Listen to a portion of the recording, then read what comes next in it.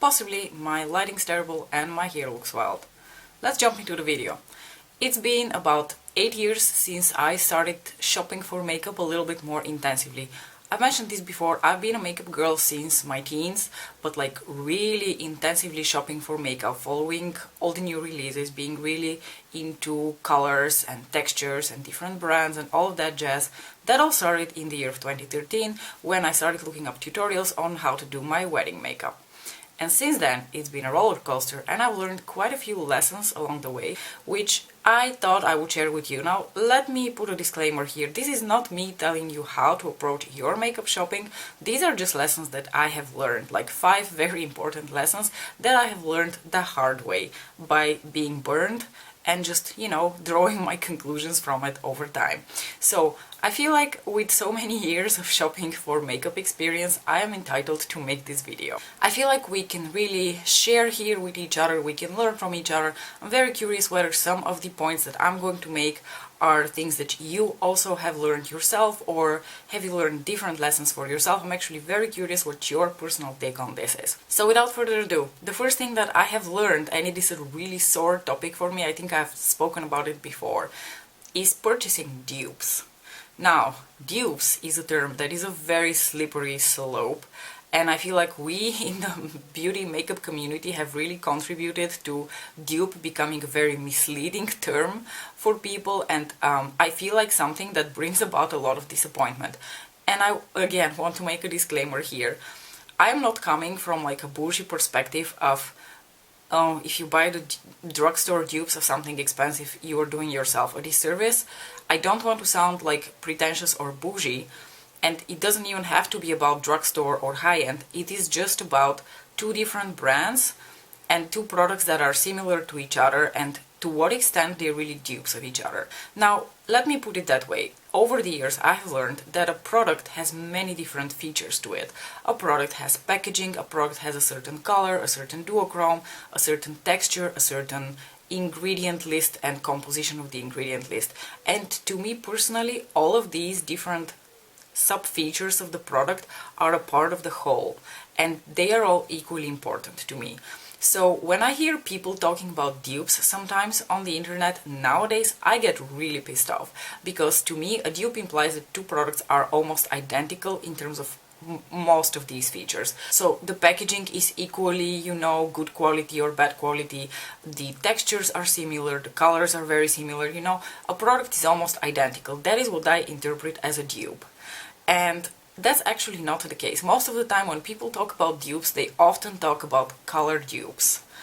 And what they miss is one of the most important, characteristics of a product, which to me are the formula and the texture.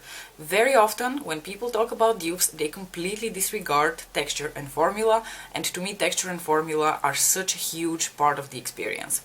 Now, before you go out and blame me for being here to talk about dupes for the special shades by Pat McGrath, this is not what I'm talking about. I want to give as an example the most vivid memory that I have of duping myself by buying the dupe.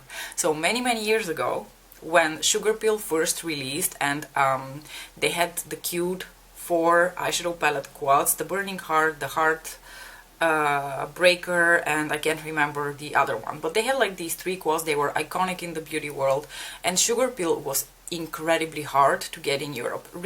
It just wasn't possible to get Sugar Pill in Europe. At some point they started shipping to here and we could buy their products, but that entailed customs and shipping costs, which increased the price of the product to an extent where it almost cost twice as much.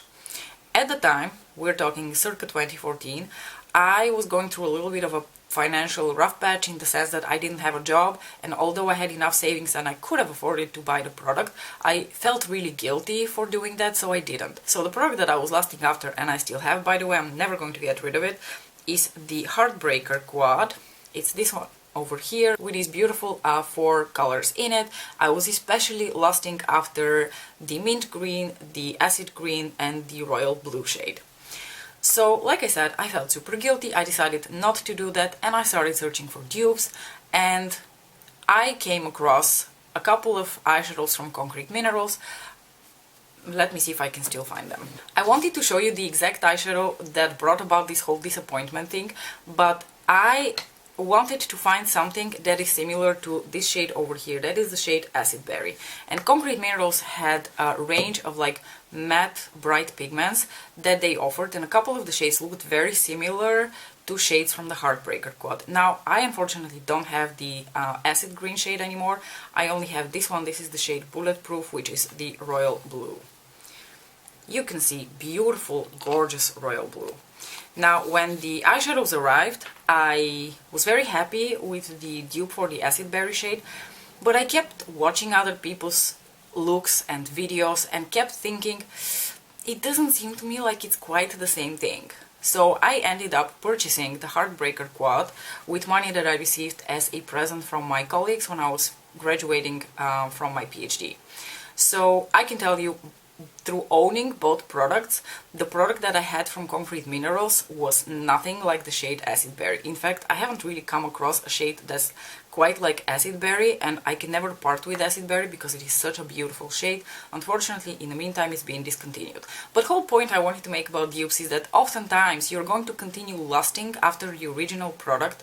You are going to end up buying it, so you ended up spending so much more money because you bought the dupe, you bought the original, and you cluttered your collection.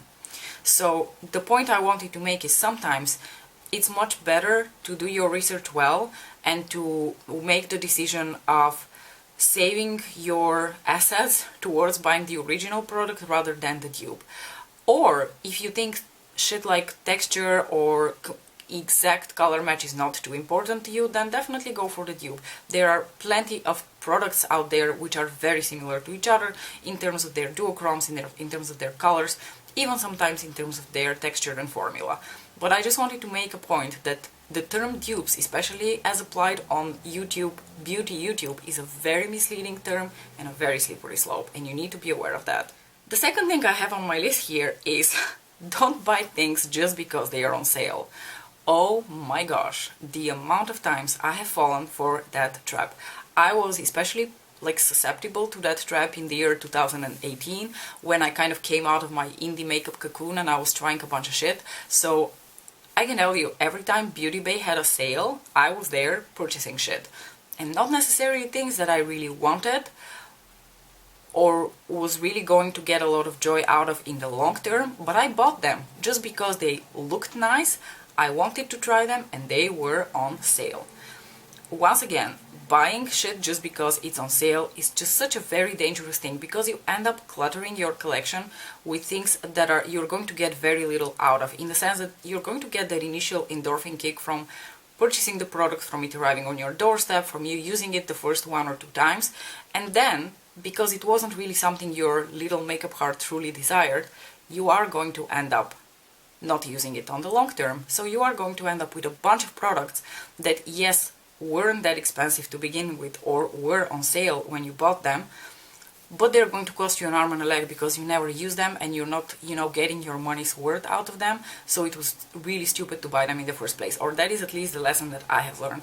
So what I do now is I never purchase shit just because it's on sale. If something was on my wish list for a really long time, it was more expensive, and all of a sudden it goes on sale, then I'm much more likely to purchase it.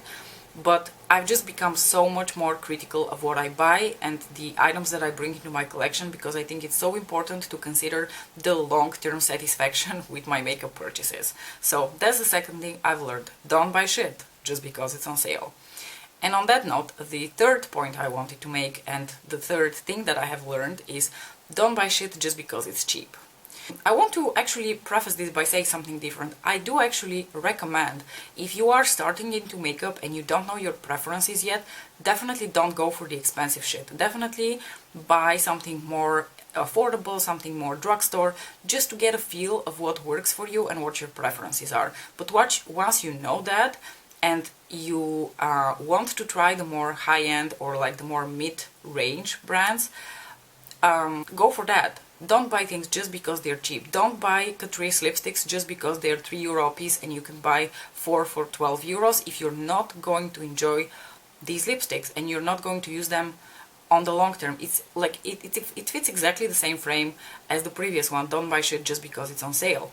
Don't buy shit just because it's cheap. Don't walk into the drugstore and buy a bunch of different colors of something, or like the whole fucking range, just because it's dirt cheap. I can tell you, I bought probably the whole range of Essence lipsticks a while back. Like they came in this like black bullet packaging. They were really good. Don't get me wrong, and they did really help me to figure out my color preferences a little bit. But they were €2 lipsticks, so they weren't the bestest of qualities. But I bought them because they were €2 a piece, and I could go to the store and buy 5 for the price of €10.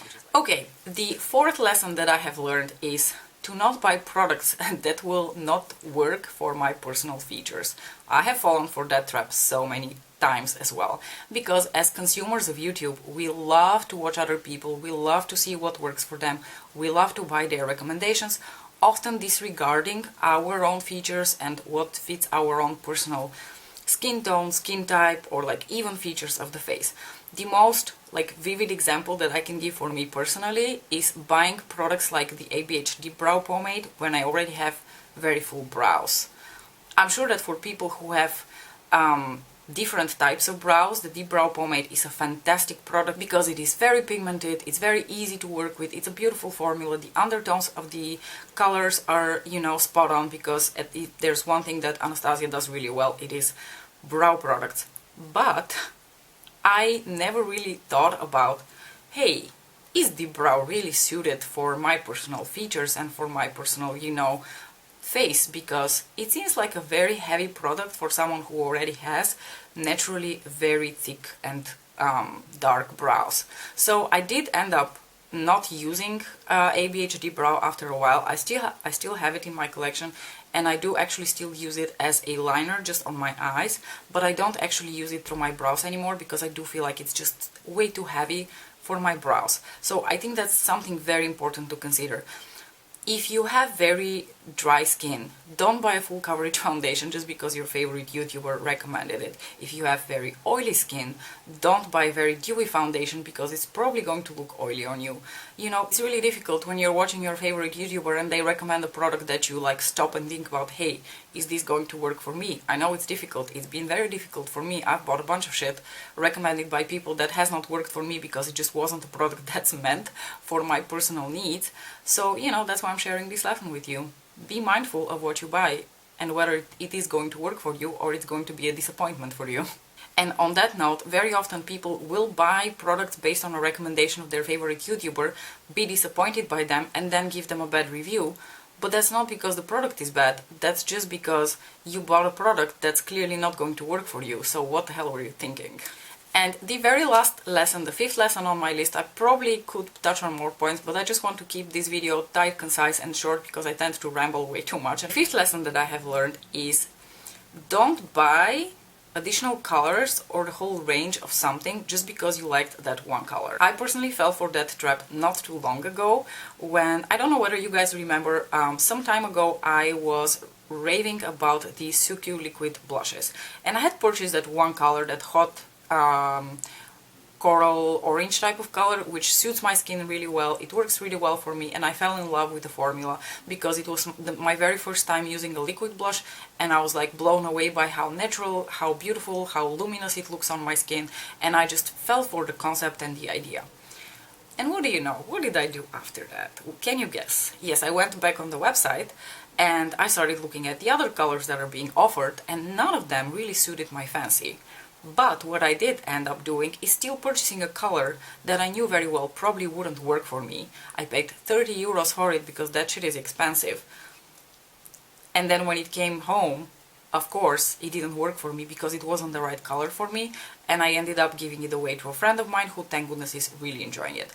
But that is a trap that so many people fall for, and I know I have fallen for so many times. Just because you like that one color from the line doesn't mean that you need to go and buy all the other colors, and especially if these colors are not something that you're not going to enjoy. If you tend to really like, I don't know, pink blushes, don't go out and buy the brownie nude blushes just because you like the pink blush in the line, because chances are high the brownie nudes are not going to work on your skin tone. You're going to be disappointed, and you will have ended up cluttering your makeup collection and spending so much money that you could have better invested into something that is going to work for you. It's just so much better to appreciate and enjoy that one product from the line that you picked up that ended up working so well for you and keeping your collection more curated and more targeted to your personal, needs and what brings you joy than going out and buying the whole line just because you really like that one thing. So these were the 5 lessons that I wanted to share with you that I have learned through my long years of makeup purchasing experience. I'm very curious what you have learned. Share your wisdom with the rest of us in the comment section below. As usual, thanks so much for watching, and I'll see you in my next video. Bye!